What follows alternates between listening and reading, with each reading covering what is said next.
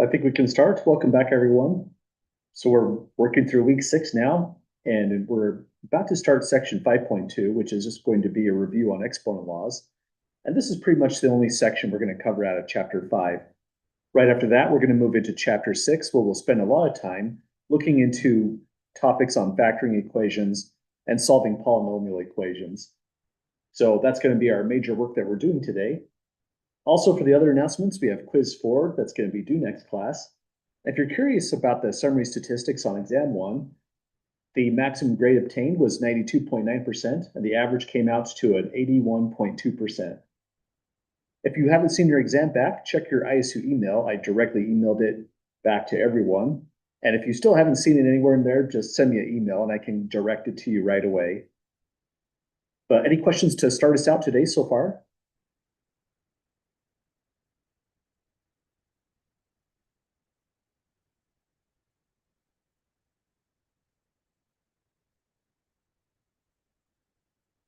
Okay, well, we're now heading towards new territory in section 5.2. 5.2 is just going to be one big rundown of the various exponent laws. You can see these two supporting documents for a listing of all the exponent laws themselves and for extra practice. So here's how it starts out. We have to start with the definition. It makes pretty good mathematical sense. When we are talking about exponents, we mean that right there, the power m we see.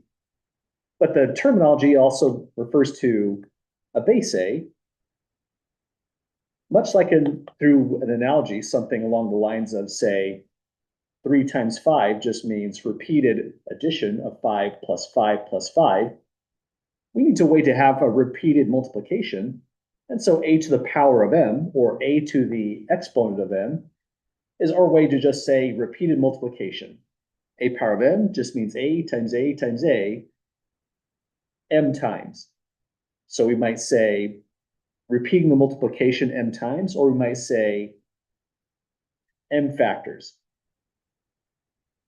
where each one of these a's separated by the multiplication symbol would be what we mean by a factor. So this is the exponent laws that we're going to take a look into. A quick example might be something like 4 to the power of 3. That would just mean 4 times 4 times 4. The left-hand side would be the exponential form. Right-hand side would be the expanded form. And if we just wanted to evaluate it, 4 times 4 is 16, times 4 is 64 would be the result. So that's a quick rundown of what we mean by an exponent. Any questions so far?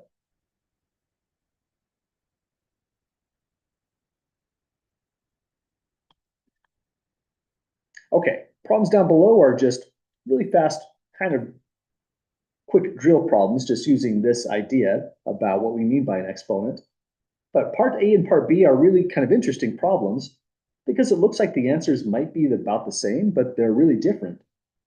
On the first version in part A, when we say negative 2 to the power 4, we're really just meaning take negative 2, multiply it by itself 4 consecutive times. So it's negative 2 times negative 2 times negative 2 times negative 2. That takes a lot of oxygen to even say. There's 4 negative signs here, and these cancel off in pairs. So really, this just turns out to a positive quantity. 2 times 2 is 2, times 2 is 8, times 2 is 16. So the result is positive 16 on this one.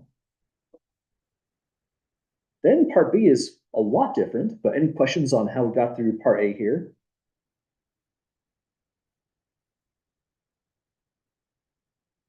Okay, the difference between part A and part B is the parentheses. Parentheses really make all of the difference when it comes to the exponents. This negative here is really just a shorthand. What this literally means is take negative 1 times 2 to the power 4. Now this becomes an order of operations types problem. And in order of operations, the exponent must be done first. So take the exponent first. Then we can multiply the result by negative 1. So this then turns into negative 1 times 2 times 2 times 2 times 2 is back to 16 like before.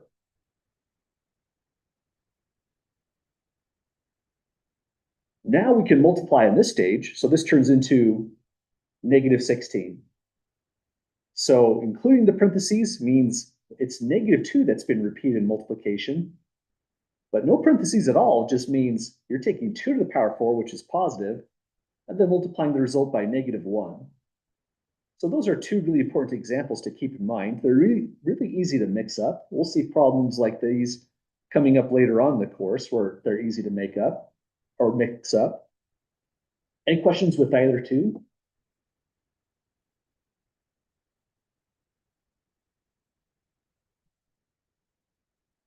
Okay, well, we haven't looked into properties of exponents just yet. This is really just the definition of what we mean by exponentiation. So now let's take a look into the very first properties. A lot of these properties have names, and the names usually are sensible things. Product property just means we're multiplying something together, and this is where the multiplication is happening. It says take a times n, or let me say a to the power of n times a to the power of n, and the result is a to the power of n plus n. The key thing about this is here, the base is a in both positions. If the bases were different, we wouldn't be able to combine into a common base and add up the exponents. So if the bases are the same, all we did is just literally add up the exponents. And one way to think about how that works is, imagine taking 2 to the power of 2 times 2 to the power of 3. We know 2 squared, or 2 to the power of 2 is 4, and 2 to the power of 3 is 8. So this is really just 8 times 4 for 32. But another way to think about this is, well, you could just expand out 2 to the power of 2. That would have been 2 times 2. You can expand out 2 to the power of 3. That's just 2 times 2 times 2. All of these things are multiplying. And so now if you recombine this into an exponent, this is just repeated multiplication with 5 different factors. All it becomes is 2 to the power of 5. But that's this rule in action up here. All we really did is take the power 2, power 3, add together to get the power 5. Oh, didn't mean to go there. There we go. So that's the quick example that goes along with this. 2 to the power 5 is 32, but the more important thing is where it's highlighted in yellow, how the exponent law worked. Now, this is what a lot of problems are going to look like in the homework for section 5.2. Some of them are really quick concept problems. Some of them are a little bit more built up. Some of them are using just one property at the time, and that's how we'll study these in the notes. And other ones are going to use multiple properties. So we'll go with one property at a time, see how they go, and then build up to bigger and bigger problems. Any questions with the product property so far?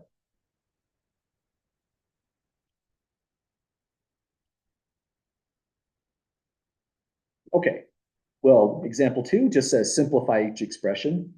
This is simplified by combining like base. Here we have base x to power 2, base x to power 3, and in view of the property above, or the last example above in orange, this just becomes a to the power 5. So all we literally did is just add up the exponents like we see up and on the property, and we get that result. So these are some of the fastest problems we've done all semester. It's kind of fun in a way. But then some of them take a little bit more time and care, like this one right here. There's just several things going on. We have the constants, or we could call them coefficients, -3 and 4. We have base x and base y. So good strategy here is to just organize. If there's different bases, let's just bring like base next to like base. Let's even bring the constants together. -3 times 4 would give us -12.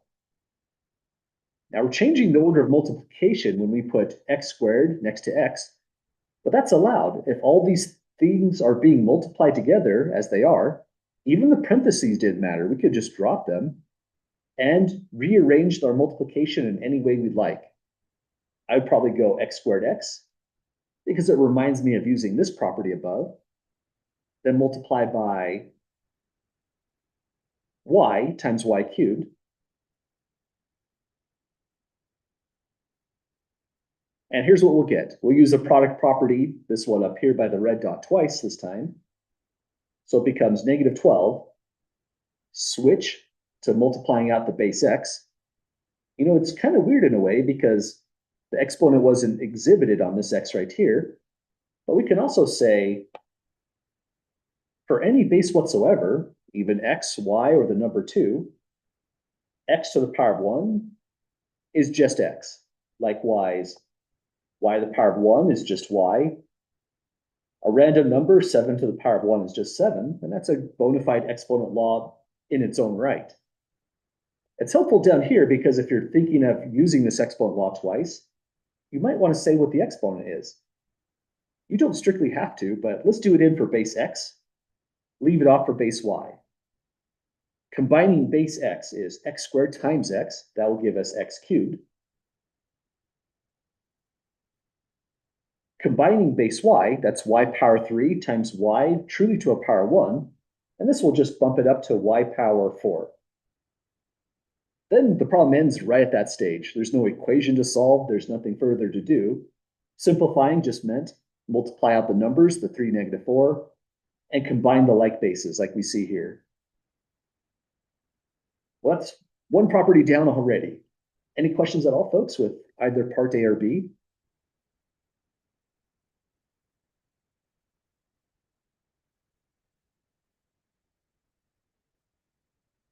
Okay, so pretty much we're going through these notes. There's quite a lot, 8 pages, but that's because we're examining the properties just one at a time. So here's the next property to be familiar with. If there's a product property, meaning multiplying, there's got to be a quotient property, meaning dividing. This one's a little bit more tougher to analyze because it comes in a pair of 2 different properties. Really, our ultimate objective is to write positive exponents only. In fact, you'll start to see that in instructions. They'll say simplify, write your answer using only positive exponents. We'll see it in the notes. We'll see it in the Newton homework, as well as on quizzes and exams. So for that reason, if we have a power of m divided by a power n, we're doing the opposite thing of dividing. So instead of adding the exponents, they would subtract in this way. But we would use this property if m minus n is positive so that we avoid the negative signs. We use this property if n minus n is positive so that we avoid the negative sign in that way. And a quick couple examples on how this could go is, imagine you're taking something like 2 to the power 3. Let me write it up a little higher. 2 to the power 3 divided by 2 power 5. Sure, we're going to do things with x's, variables, but it's nice to see it with constants first. Just feels a little bit more concrete. On the version down below, maybe it's 2 power 5. Or actually, let me switch these around. Sorry for the distraction there. I want to make the numerator the higher power. On the first example, 2 power 5 over 2 power cubed. On the second example, I'll flip it. 2 power cubed over 2 power 5. So the idea with this is, even if we didn't know the rule, you could just expand out 2 power 5. It's writing 2 5 times with repeated multiplication. There it is, 1, 2, 3, 4, 5 times. 2 cubed is just going to be 2 times 2 times 2. Then we could cancel like bases, numerator through denominator. So it would cancel in these pairs. And that would just leave 2 times 2, which certainly is 4, but highlighting the exponent law on the left. Really all we did was we took the power 5 minus the power 3, that's the m and the n. Subtract them, 5 minus 3 gave us the 2 right there. Really just a result of doing clever cancellations. And so the reason you'd go this way is, well, that looks like the number 25, let me fix that one. If the larger exponent is in the denominator, we would want to subtract differently. It'd be 5 minus 3 down here. And here's another way to do the same kind of result. 2 to the power 5 can factor. It's the same as 2 cubed times 2 squared. That's by the product property of exponents. In this configuration, the exponents would add up. 2 power 3 is what we'd have in the numerator. And when we go to cancel this way, cancellation looks like that, leaving a 1. It's 1 over 2 squared going this way. And that means all we really did was we didn't take m minus n. That would have given us a negative exponent. We haven't even defined what that even means. We'll see that in the later part of these notes. But if we do n minus m, in other words, 5 minus 3, we get the positive exponent in the denominator, and that's our whole goal. So we subtract in the way that focuses on the positive exponent.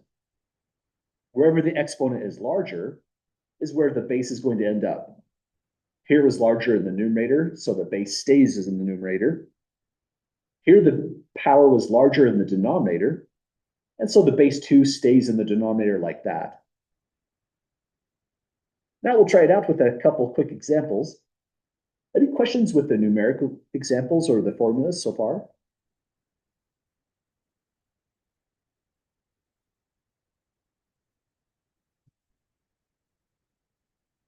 Okay, really, these go pretty fast once you see how they ought to go. X power 4 divided by x squared leaves a cancellation, and we just get x squared in the numerator. That's one way to do it. Another way to view this is, again, if you ever do this on an exam and you're just not sure, you could always just break it down like this. X power 4 is x times x times x times x. The downside is it gets tedious, especially if this was a longer problem with more stuff. But if you forget how just one single rule works, this is the short of it. Just expand out your exponents. Do cancellations like this. All that's remaining is x times x, so you get an x squared out. And that's essentially all we did over here. We subtracted the power 2 from the higher power 4 up top. This one's a little bit different because the largest exponent is now the denominator for base x. That means x would stay down the denominator, and this time it would be 18 minus the power of 12, so we would just get a power of 6 altogether. After canceling, if we wrote all that out, x times x times x, 18 factors, it'd be kind of tedious. Did all the cancellations with the numerator, x times x times x 12 times, this is all that would remain. 6 copies of x in the denominator, or 1 over x power 6. Any questions with either two so far?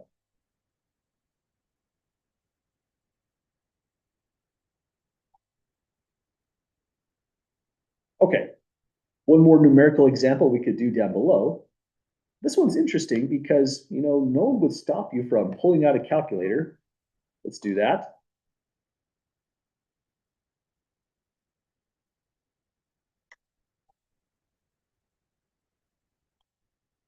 Sorry for the delay there.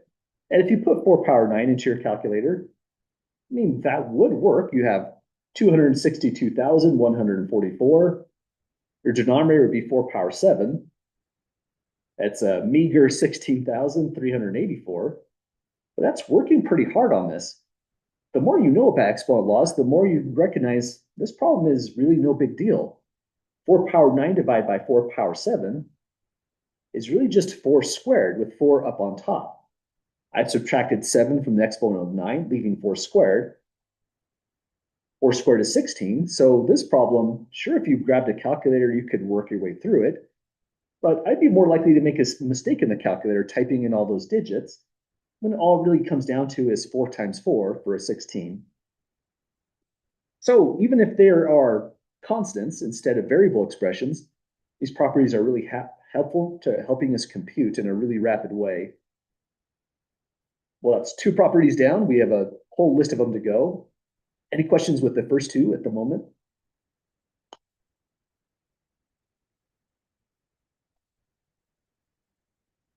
Okay, several others to take a look at next. But before we get to some of the more interesting ones, the moment you start dividing exponents, you get something unusual or interesting. The zero exponent property, and it's kind of a cool property because it tells you if a is some base that's not 0, then that base to the power of 0 is automatically a 1, and there's nothing more to say about it. That means some of the problems you're going to encounter in the homework, and even on a potential real exam question, are just instantly done the moment you realize there's a 0 exponent on the problem. One way to think about this, how it might work is, if you take something like, say, let's go with the x cubed over x cubed. We saw how it goes if it's like x squared over x power 4, but this is different. The powers are the same. One way we could work with this is just use the property directly. It says take this power and subtract the power from the denominator. So it's power 3 minus 3. If we simplify in the exponent spot, this is just x power 0. That's interesting. That's what's coming up over here. But on the other hand, we know that x cubed over x cubed cancels. The same number divided by itself is equal to 1. So if we just canceled right here, we would have gotten a 1. And now this is a long trail of equalities that tells us 1 equals x power 0. And that's essentially the short of this property. We might not have even used it at all in part A, but that's the idea behind it. If you did use just ordinary cancellation, you would have said it's 1, and the whole problem is over. If you use the quotient property of exponents, you might have wrote that this is y power 0. But then this property over here tells us y power 0 is automatically a 1, and our job is done. So it's a wonderful property to have. And this is a real problem that could come up in the homework as well.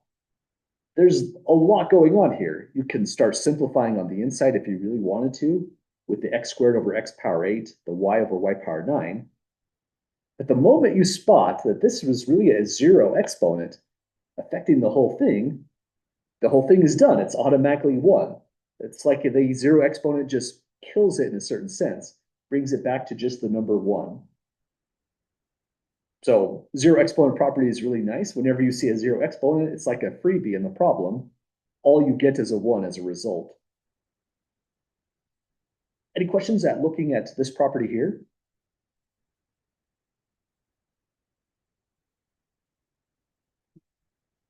Okay, so far we've dealt with positive exponents. Now we know how to deal with an exponent specifically when it's 0, it just equals 1.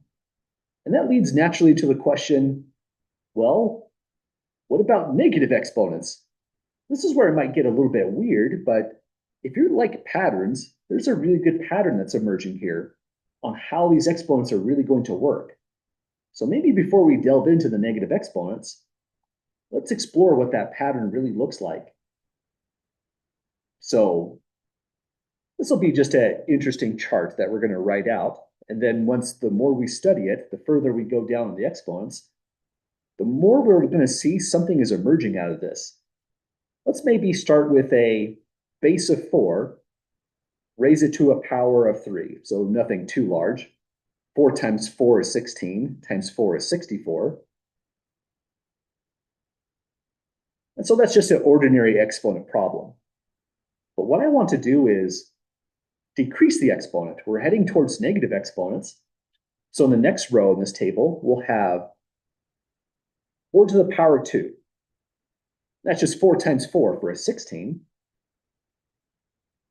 Then the next row is just 4 to the power 1. This is an exponent property in its own right. Anything to power 1 is just itself. That's because exponentiation means repeated multiplication, where the power tells you how many times to write down the number and then multiply.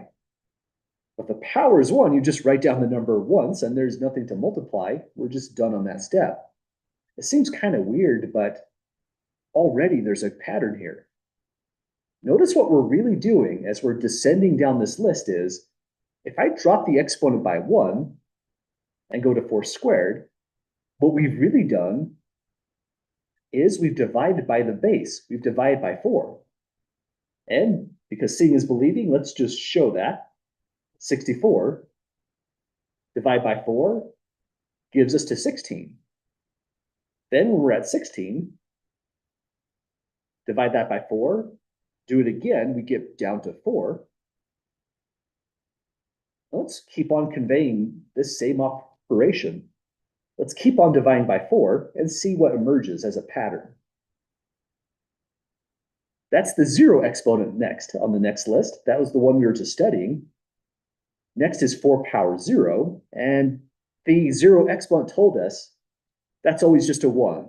Anything to power 0 that's non-zero, 4 is non-zero, just gives us a result of 1. But by the pattern that's emerging, that should make sense.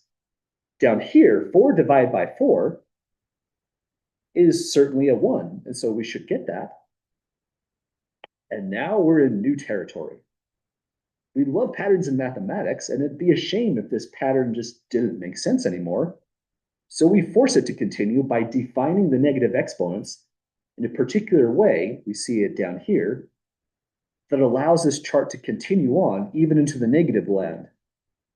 So here's the first weird one, 4 to power negative 1. Well, seeing the chart, what I should be able to do is take 1, divide by 4. To get to the next thing, 1 divided by 4, it would just literally look like that. So there it is, 1/4. And that's a valid property. 4 to a negative exponent is just 1/4. You can test that out on any good calculator. 1/4 is 0.25. 4 to the power of negative 1, well, it matches, it's 0.25. That tells us if we force it into fraction form, it's really just 1/4. Actually, let me leave it like that. Make the calculator output the fraction form. Now, let's keep on going. Let's see what happens as we drop the power even lower.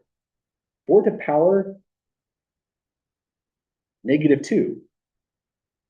Well, if we divide by 4, you might consider grabbing some scratch paper, but 1/4 divided by 4 just means 1/4 times 1/4.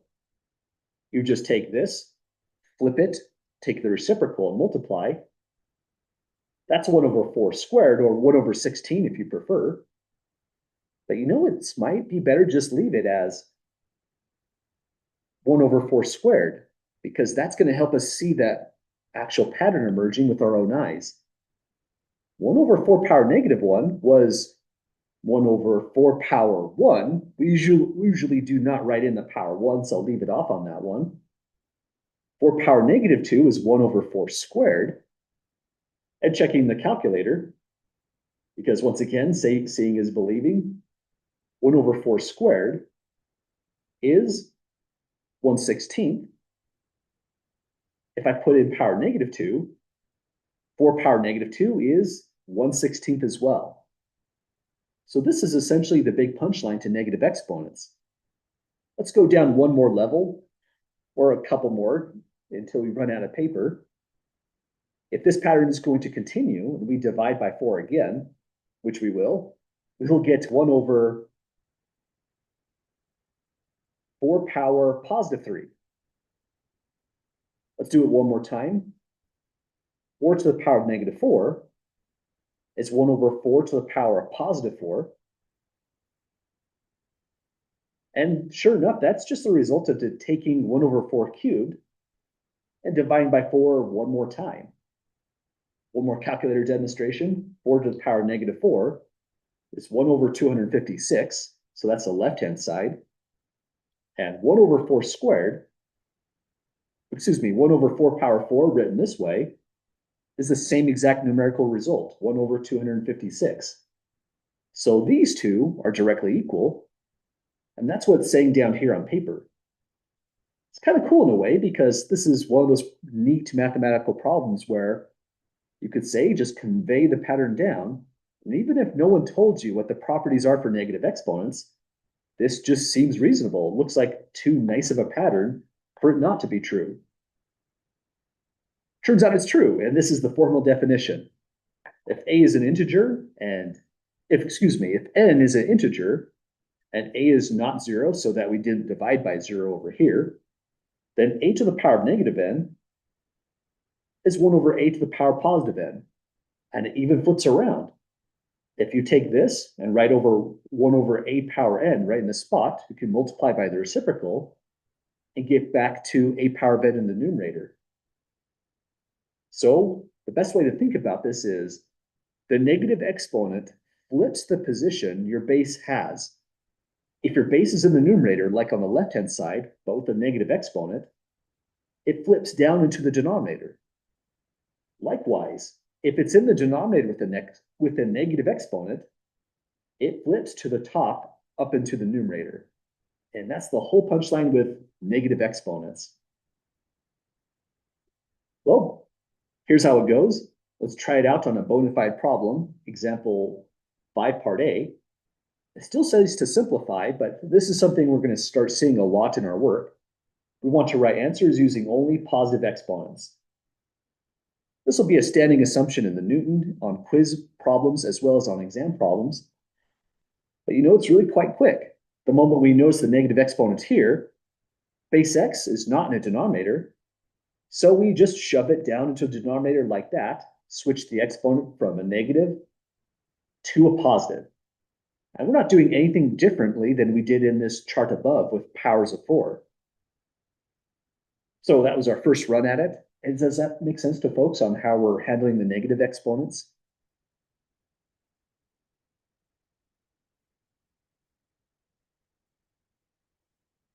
Okay, let's keep on trying out a few more examples. This one's a little bit different because the base y is in a denominator with a negative exponent.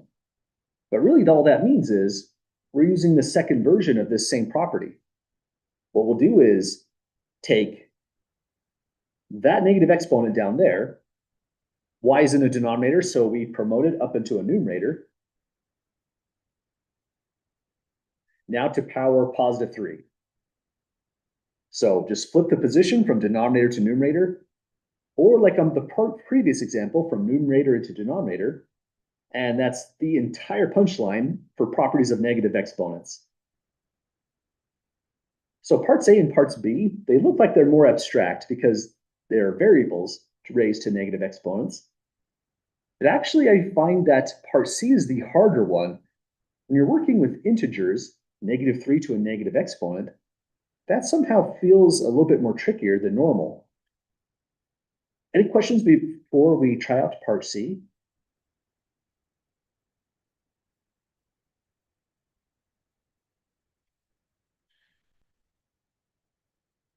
Okay, we start off just as before. If we're going to actually calculate this and get a numerical value, it's way simpler to do so if we make this exponent positive. So that -2 there, I'll write it in as a positive 2. But that means -3 is no longer in the denominator. It gets, in a sense, promoted up into a numerator like this. Now it's just -3 times -3. We get a result of positive 9, and we're totally done right at that step. Well, I guess there wasn't too much to go on that one. That's properties of negative exponents so far. We have other properties that are related to this one, like if maybe a fraction is raised to a negative exponent, we need to know what to do in that case. And several other properties of exponents we'll take a look into as well. But if you're watching the page count, we're almost done with these notes. This is page 5 of 8 already. So let's try out the next properties. Our prior property was dealing with the negative exponent. When an integer or something that's not a fraction is raised to that negative exponent. Here, now we have a whole fraction being raised to a negative exponent. But observe what happens. If you want to make that negative n come out as a positive n, all you really have done in this property is we took the reciprocal of the fraction. Take reciprocal, which is a really long, mathy way to say flip the fraction. Force the exponent to be positive, and your work is done. There's various ways to explain why that should go. Probably the simplest way to think about it is if you have something like, say, just for a quick example, maybe 1/3 to the power of -2. If we use our original property of negative exponents, we would take this whole thing and drop it into a denominator, 1/3 to the power of +2 in that way. If we did that, well, 1/3 times 1/3, which is 1/3 squared, will give us a 1/9 in the denominator. So this would become 1 over 1/9 after expanding out 1/3 squared. Then we have a integer divided by a fraction. This would just be 1 times 9 over 1. When you look at that 9 over 1 really closely, sure, it's equal to 9. But another way to look at it is it's no different than 3 over 1 squared. I mean, it's a weird thing to write. If you were to simplify this, 3 over 1 is just 3. 3 squared is just 9. But the reason I wrote it that way is we did indeed go from the negative to a positive, and we also did indeed simply just flip the fraction. So this was just a quick numerical result to explain why or how the idea behind this property here. So if we have a negative exponent with a fraction, we just flip the fraction, literally interchange a and b for numerator and denominator. That forces the exponent positive, and our work is done. That makes some of these problems pretty fast. For example, 7/2 to the power -1, that would turn into 2/7 to the power of +1. I forced the exponent positive here, and so now our fraction has been flipped.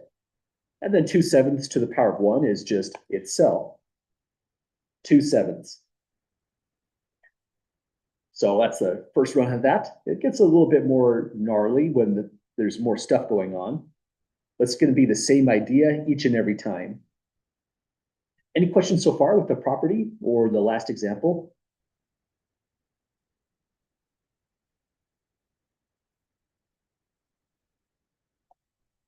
Okay, so once again, we're just going to simplify the expressions. This one has a negative exponent, so that's the first thing we want to handle. And this is our whole trick, seeing the property above. We converted the -4 to a +4.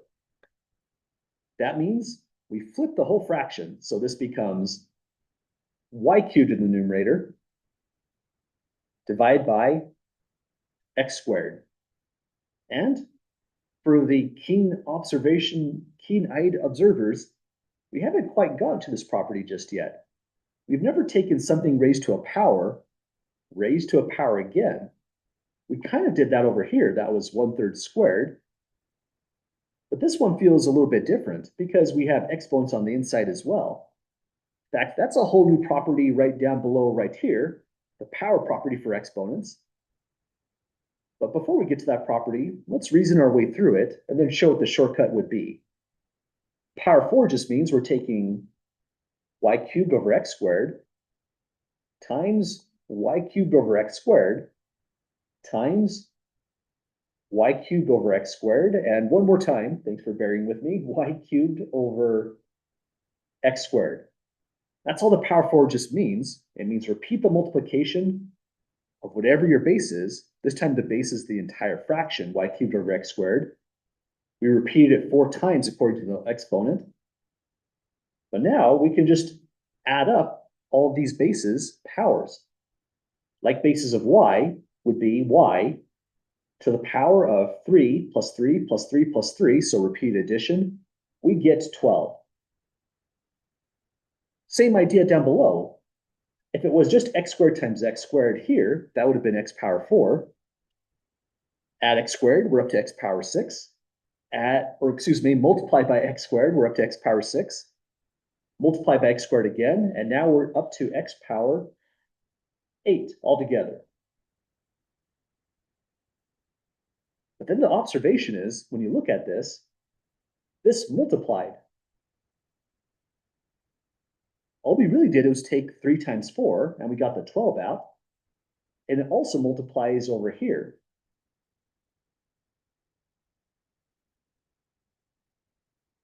So that's going to be our next exponent property that we want to take a look into. But the major feature of this problem was really just handling this property, flipping the fraction, getting the positive exponent. And we did the extra work because we were told to simplify it. That would have been the simplified version. Well, that's example 6 down. Any questions or comments at the moment?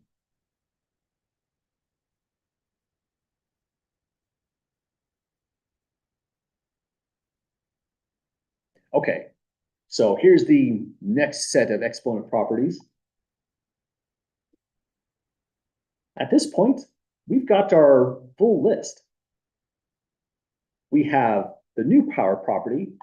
The power property for exponents says a power of m to the power of n is a multiplication property of m times n. That's kind of interesting. So if you have a power here, the inner exponent, a power there, the outer exponent, all you're really doing is taking these exponents, multiplying them together. We saw that in the example above, but you know what? Let's do another example just for the sake of seeing how this would go. If we have, say, maybe not 5, those numbers are going to get pretty big really fast. Let me go with a base 2 to power 3, raised to power, how about 2? Again, if we forgot this property and we're doing this in an exam situation, you can just expand what 2 squared means. Or excuse me, what the power 2 means right here. This exponent of 2 just means whatever is inside multiplies itself 2 times. That would be a 2 cubed times 2 cubed. And this is the first exponent property on the notes. If you multiply like bases in this way, you add up the exponents. So this would be power 6. But that means we did exactly what this is saying. The power m is what the 3 is playing the role as. The outer exponent, power n, is what the 2 is playing the role as. These two just multiplied together and resulted in the 6.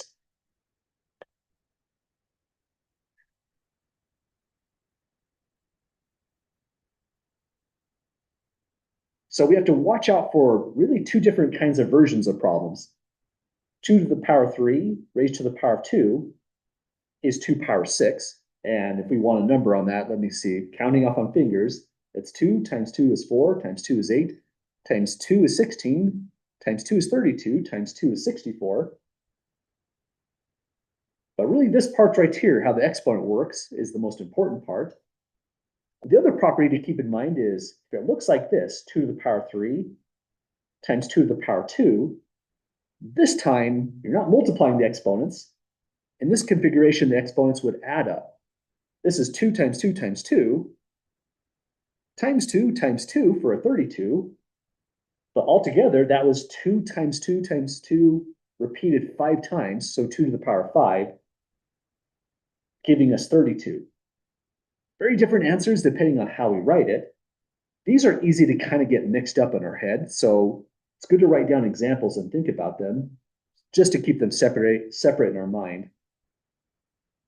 So that's a power property for exponents. Next thing that goes on is we can also take this exponent m and just raise the numerator and the denominator to that same power of n. This would be what the result looks like. And finally, we can take this. It looks like this is really just a rewrite of that prior property. Flip the fraction by making the exponent positive. And just to double check, I think I'm missing one property, so let me write it in. Let's write this in as a product to a power property.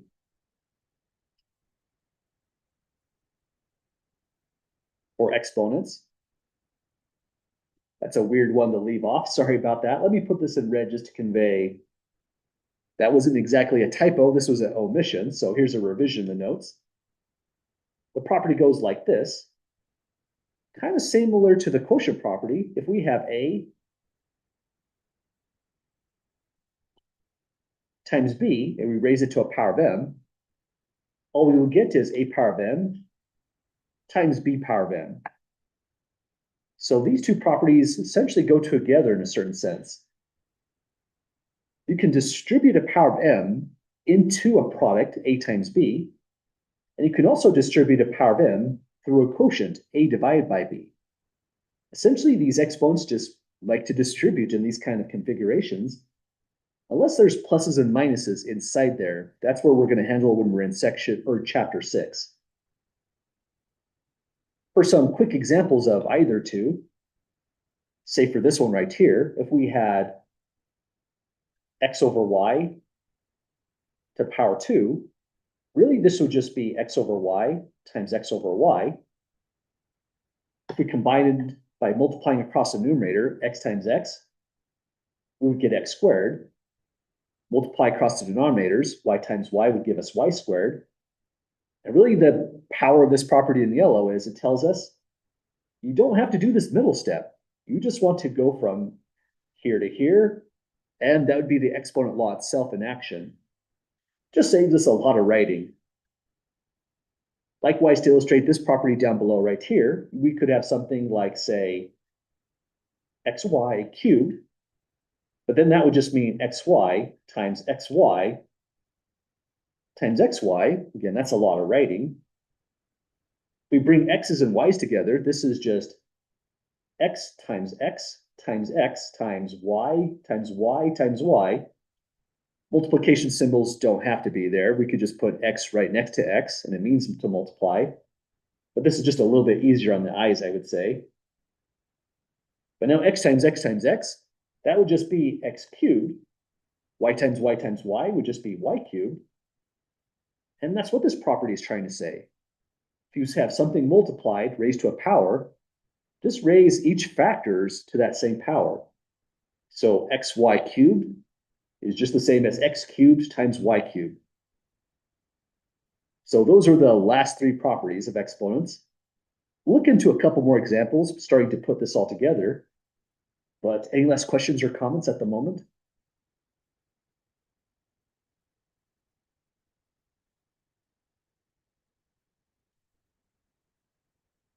Okay, well, some parts of example 7 go a little bit quicker, some are a little bit longer. First one is just illustrating this property. On part A, we have an inner exponent of 3, an outer exponent of 4. So the whole punchline to this one is those exponents would multiply. So take 3 times 4, and we get x power 12. So that's all this property was trying to say. Multiply your exponents together. Again, it's kind of nice in a way. There's nothing further to do. Once we multiplied the exponents, it was simplified. Part B looks like it's a little bit more involved, so let's see what's going on with this one. Looks like we're mostly focusing on, well, sorry for the random scrolling there. This top property up here is going to come into play. The power property, we'll need this one as well. And the product to a power property, the bottom property, is going to come into play. So first thing we want to do is distribute this exponent 3 into all the factors inside those two parentheses with a -2 and x. So -2 is raised to power 3, x is raised to power 3, and that part's done. These parentheses we can just fully drop. There's no pluses or minuses in front or around it, so we can just say times 3 times x power -6. We do have a negative exponent, so we'll need to deal with that as well. But we can also just organize. -2 to the power 3 is just -2 times -2 times -2. That's going to be a result of -8. Let's move the coefficient or the constant 3 in front. And we'll handle 8 times -3 on the next step. So pretty much all we've done is we're organizing by bringing these things together. Let's bring these two together, just placing them next to each other. You might have changed the position of x power -6, but really we don't have to. We can just put in x cubed times x power -6 right next to each other and do the multiplication here and then handle the negative exponent next. So first over here, this is -8 times 3, so that's going to be a -24. This one is not an exponent, so it's not going to move anywhere. It's just going to stay right in the numerator. Next, when we combine the like bases, x times x, we'll take 3 plus a -6. Let's write it in. If you put in just a -3, that would have been fine, but for the sake of the notes, this configuration, the exponents would add up. And it doesn't matter if the exponents are positive or negative, they'll always just add up in that kind of way.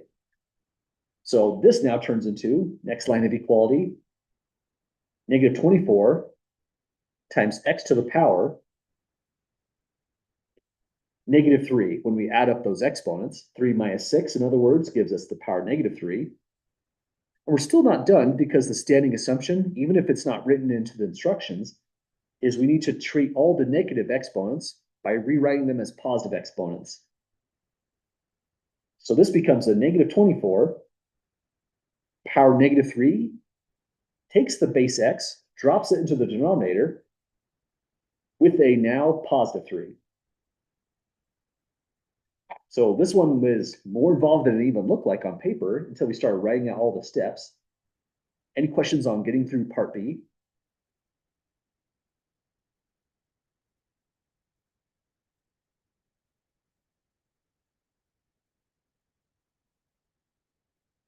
Okay, for part C, there's a lot of different things you could do to this. But one thing that could help us out is, notice that negative 4 could be just handled immediately by rewriting this as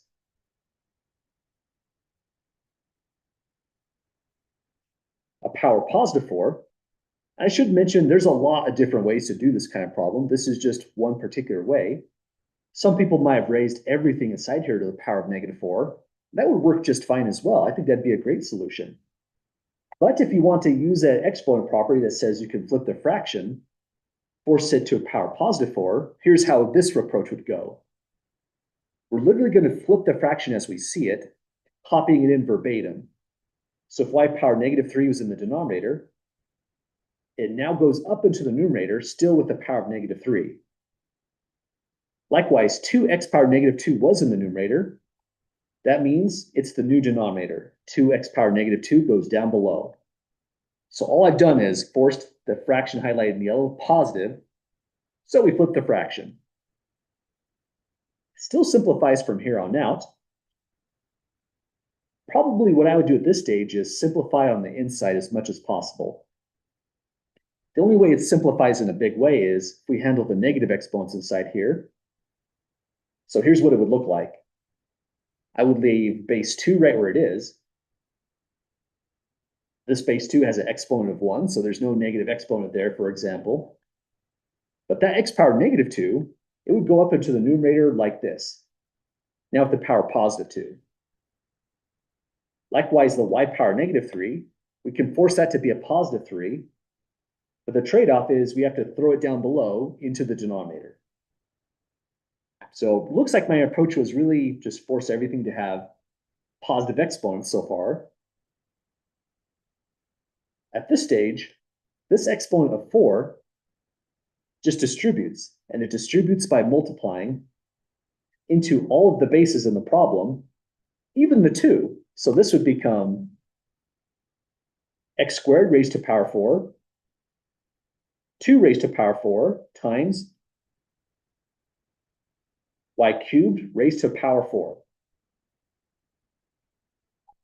In this setup, however, the exponents are going to multiply. The 2 times the 4 is going to give us x power 8. 2 to the power 4 is going to give us 16 altogether. But over here, the 3 times the 4 would multiply, and we would get y to the power of 12 altogether. That's one way to do the problem. There's a whole bunch of other ways you might have thought of doing it. Any questions at all doing it this way?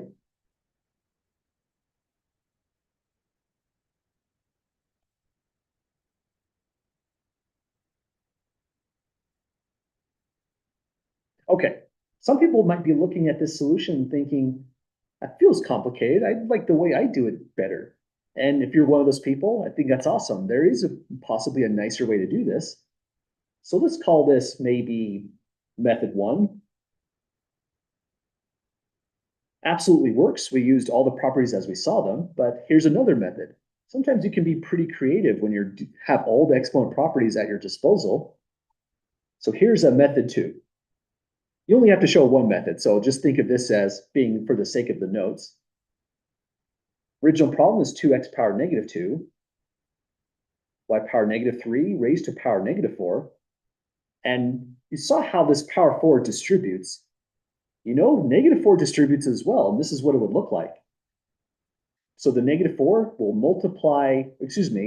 will become a power on this 2.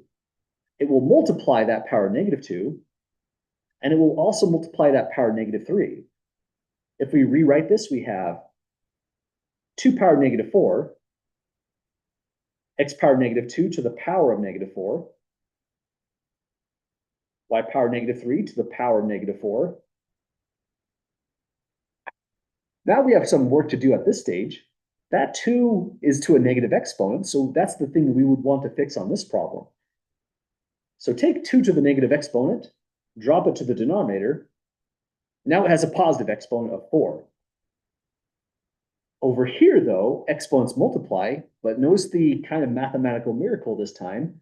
Negative times a negative is going to give us x to the power of +8.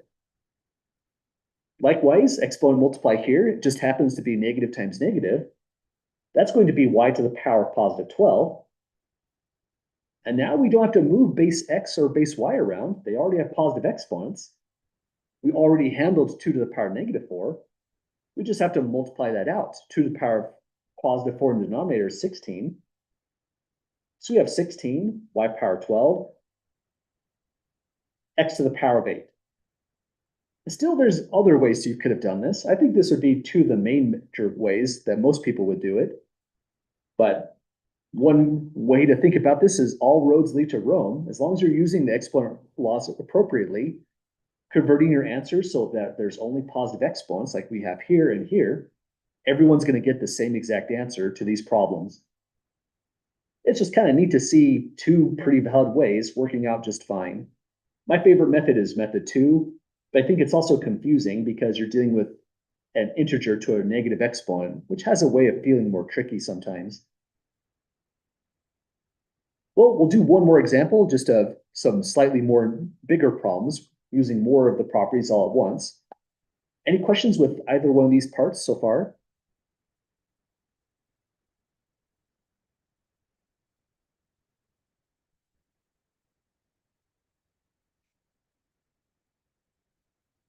Okay, well, here's the last example. At this point, we're not looking into any exponent laws. This is what some of the homework problems are going to look like. Not all of them are this bad, but there's some challenging problems in there as well. The idea is we want to get fluent with using all of these exponent laws that we see here. These are the ones that we were going through on the notes. But it's not as if we're trying to have a perfect memory on what the name is, what the property is, writing them down all as a formula. This would be a lot of rote memorization. The idea is we want to become familiar enough with every one of these properties so that when we do it in a problem like these, we're just taking those properties for granted. It's just a set of rules that tells you what you can and cannot do. And without directly citing any one of those rules specifically, here's what a lot of the math would actually look like. We're going to simplify each one of these portions, part A and part B, using just properties of exponents. Our end answer will only have positive exponents. So anything that comes out negative will correct right away. And let's see, what should we do to start? Maybe let's start by just distributing these exponents inside the groups. This power 2 will take a 4 to a power 2, x power -1 to power 2, y power -4 to power 2. I think most people would just write in x power -2, y power -8 here. I'm showing this extra step really just for the sake of the notes, so we see how it comes together. And let's do the same thing in the denominator. I'm going to distribute the power -3 into 2 terms.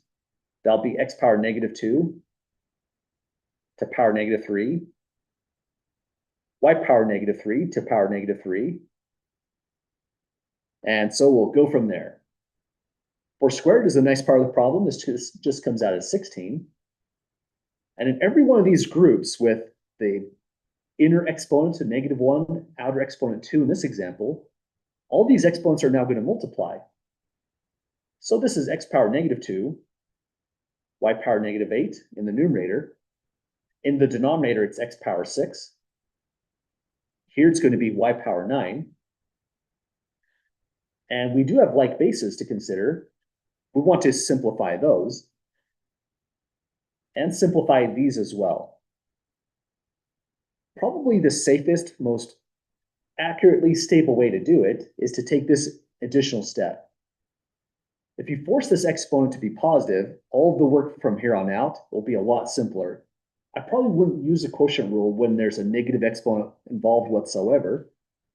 Instead, copy an x power 6 right where it was, drop this to the denominator, so x powered 2 comes into the right, or x squared. Then rinse and repeat.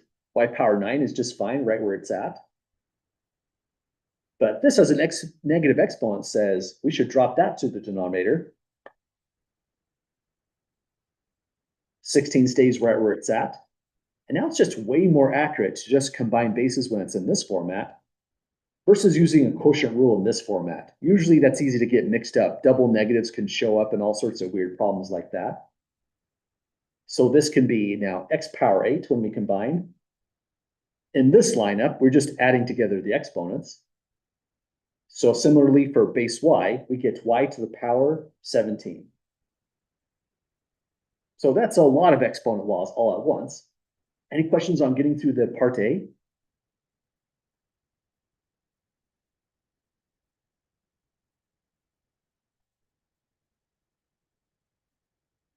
Okay, on the next one, that's a lot of stuff going on. It almost kind of hurts my eyes just to look into this one. There's a lot of strategies we can take like before. We could flip the fraction, forcing that positive. We could do it now, or we could simplify inside first and do it later. There's lots of different ways to solve this one. I think for me personally, what I would want to do is just simplify what I see inside. And there's one nice big thing that you might want to do right away. Use the zero exponent property. A to the power of 0 is 1. There's a variable z there raised to power 0, but it's gone. If it's raised to power 0, it's really just a times 1. And 1 times 15 x power negative 8 y power negative 2 is just the 15 x power 8 negative 8 y power negative 2. Times 1 is kind of like a cancellation. It's just gone now. We can simplify even more. Let's take a look into 3 divides the 9 and the 15, goes into the 9 3 times, goes into the 15 5 times when we divide by 3. So the numerical part, 3/5, is as simplified as it can get. And final thing I'd probably do is take care of the x power negative 8, z power negative 9. Let's force those two exponents to be positive. So I'm going to let that stay as a negative exponent for the moment. All I'm doing is simplifying on the inside with this approach. You might approach this totally differently, and that's just fine. There's, again, lots of ways to do these. So following this approach, outer exponent is still negative 2. Fraction is now 3/5. I'm going to copy the things in black that aren't changing. That's x power 8. But then we're going to bring this up as x power positive 8 when it goes into the numerator. Next is y power 6, stays right where it's at. And you know what? I kind of missed one. There's also y power negative 2. Let's promote that up into the numerator as y power positive 2. There's so many moving parts that sometimes it's easy to miss things here, even if you squint as much as you're able to squint. Finally, z power negative 9, we can drop into the denominator as z power positive 9. Again, there's a lot of stuff here. Let's make sure we have everything accounted for. In the numerator, there should be 3, x power 8, y power 6.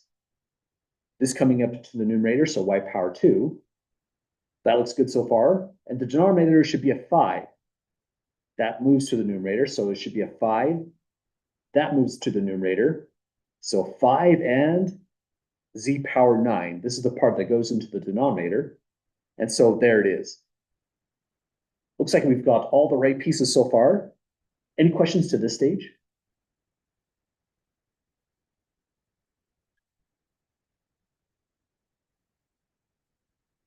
Okay, let's combine our like bases that we have in the numerator then.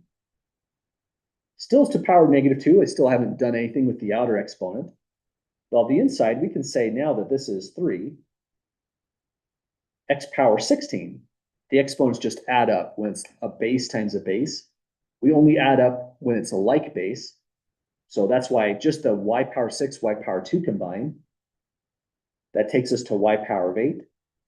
And it's 5z power 9 down in the denominator. Almost there.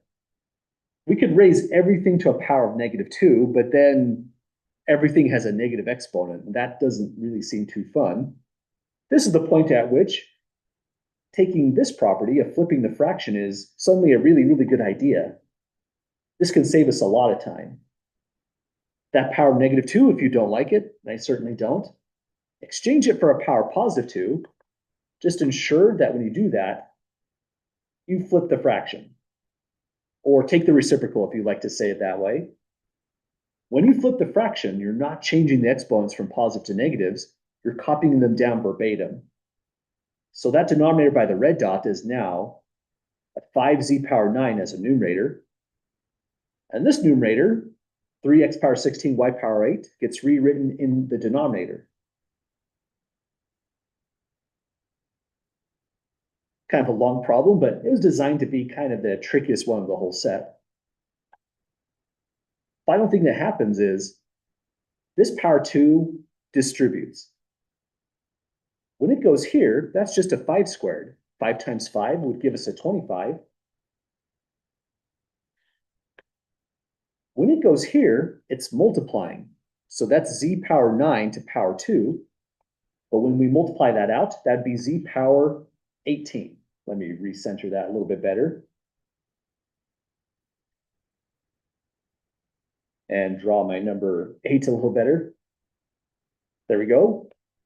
It distributes into every single factor, numerator and denominator. So the power 2 also multiplies here. That's 3 squared for a 9. It multiplies here. 16 times 2 is 32, so that's x to the power of 32. And almost there. That's y to the power of 8 times 2, but then that's just y power 16. And finally, we've gotten it. This is kind of a nasty one. I don't think it gets quite this bad in the homework. But for just a challenge problem on using as many exponent properties as possible, this is about what it would look like. So this is worst case scenario, probably not a good one for an exam, but a decent one to try to practice just to see how these things go. Well, we did it, folks. That's the whole world of dealing with properties of exponents. Any questions or comments on getting through this one in its entirety?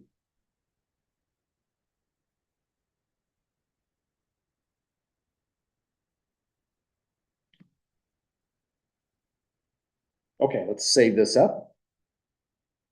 Again, chapter 5 is kind of unusual for this class. There's lots of good review material in chapter 5, but we're treating it more as a get everyone on the same page kind of a chapter. And the major thing we want to discuss was all these exponent law properties. So if you feel like you need extra practice, the Newton homework is going to give you a great set of problems, the problems you would need to know to get through quizzes and exams. If you feel like you just want more drill problems, that's what this document here is all about, the exponent laws worksheet. Now, if we scroll a little bit further, we're into chapter 6. So we're cruising through the chapters, it feels like all of a sudden. Chapter 6 is all about the greatest common factor. And chapter 6 itself is now about polynomials, factoring polynomials, and solving polynomial equations. Really the biggest topic we need, the most fundamental skill when it comes to factoring equations or factoring polynomials, is dealing with the greatest common factor. Looks like we have time to do maybe part A here, and then we'll call it a day. We'll come back on Thursday seeing what these notes are all about. Well, the greatest common factor, lovingly abbreviated as GCF, we'll use that in places in the notes as well, is just the largest number or expression that divides everything evenly. So if we want the greatest common factor of 45 and 120, Some people are just really good at eyeballing these things, or maybe really good with the calculator and they can find it right away. But if you like a process of finding the greatest common factor, here's what it would look like. We just want to factor 45 into all of its prime factors, because if we're looking at the greatest common factor between the two numbers, we want to know what are the common factors in the first place. So it might have been a while since you've done this, but here's what I mean by a factor tree of prime factors. 5 goes into 45 3 times. So we could say that this is just 3 times 15. 3 is a prime number, so this branch ends. But 15 is composite because we can divide something other than by 1 or 15. 3 divides again and it goes in 5 times. So 45 is just nothing but 3 times 3 times 5. We'll do it again. 120 looks like it would have a lot of factors. But first of all, it's even, so 2 divides. 2 is prime, so that end is dead. But 60 is composite. It's still even, so we can still divide by 2. 2 goes into 60 30 times. Keeps on going. That's even, so it's divisible by 2, goes in 15 times. And notice you might already see what's in common. 15 and 15 show up finally. 15 is 3 times 5. And so from this factor tree already, you can determine, well, 15 divides 45, 15 divides 120. So the greatest common factor is itself 15. If you wrote that out right at this step, that would be an appropriate way to solve the problem. But there's another way to think about this that's sometimes helpful as well. Let's rewrite 45 as factors of 3. I'm going to skip a little space because there's also factors of 2 here. So 45 is nothing but 3 squared times 5 power 1, just 5. Likewise, 120 would involve 2 times 2 times 2, so that's a 2 power 3. Then it multiplies 3 to the power 1 times 5. And from this chart, we can get the greatest common factor immediately. Here's the weird thing about the greatest common factor. If you build out a table like this, it's actually helpful because we're going to use the same idea in part B. What we do is take factors that are common. So that means we don't take any factors of 2. It's missing in 45. So we skip 2 to any power. Factor 3 is common to both, but we have to decide, do we take 3 squared or do we take 3? What we do in fact is take the minimum power. So that's what's kind of weird about the greatest common factor is in a table like this. Again, it's helpful for our other bigger objective when there's variables. We're actually taking the smaller power, and it seems like a reversal in expectations. The greatest common factor would take just 3 power 1, the minimum power, times, there's a tie here, it's just 5. So it'd be 3 times 5 for a 15. We couldn't take 3 squared, which would have been a 9, because 9 doesn't divide 120 whatsoever. We can test it out. Or we can see by the factor tree, it only involves a 3 there. So 120 divided by 9 is not an even division. We had to break it down to a 3, the minimum power. Then to get to the greatest common factor, we also multiplied by the 5, and that went in evenly. Likewise, 15 divides 45, goes in 3 times. And it just turns out 15 is the biggest number you can find that divides both of them evenly simultaneously. So in that sense, it's the greatest common factor. And we're going to use that as a way to find a greatest common factor when there's variables. And to start off by factoring polynomials using this as our primary technique. So 6.1 is kind of a warm-up section. And 6.2, we'll be doing a lot more factoring. Well, we went down to the last minute, but any last questions at all before we call it a night?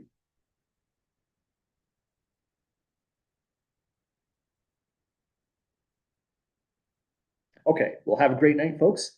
On Thursday's class, we'll probably be going through section 6.1 and 6.2, using the ideas from 6.1. But I'll see you all on Thursday's class.